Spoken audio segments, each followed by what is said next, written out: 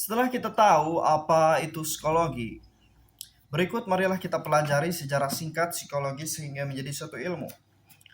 Sebenarnya kajian tentang jiwa dan perilaku manusia sudah dikenal sejak masa Plato dan Aristoteles. Pada masa itu yang banyak mendasari kajian tentang jiwa dan perilaku manusia adalah pandangan filsafat. Baru pada tahun 1875, Wilhelm Wundt, seorang fisiolog atau ahli fisik, mendirikan laboratorium psikologi yang pertama di Universitas Leipzig, Jerman. Wood melakukan berbagai percobaan di laboratoriumnya dengan menggunakan metode-metode ilmiah seperti yang juga digunakan ilmu pengetahuan lainnya. Karena metode yang digunakannya, Wood juga kemudian disebut sebagai tokoh psikologi eksperimen.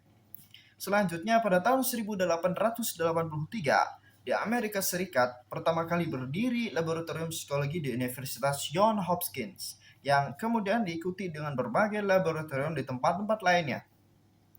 Pada mulanya mereka berpikir psikologi adalah ilmu tentang pikiran dan mereka mengembangkan eksperimen-eksperimen tentang atensi atau perhatian.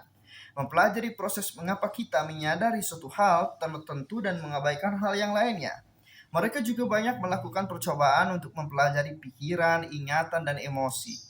Hasil kajian dari psikologi eksperimen biasanya kemudian dijadikan dasar untuk menetapkan teori-teori psikologi sebagaimana pada bidang ilmu lainnya dan menjadi masukan bagi psikologi umum untuk mengembangkan aturan, prinsip, dan teori yang berlaku untuk setiap manusia.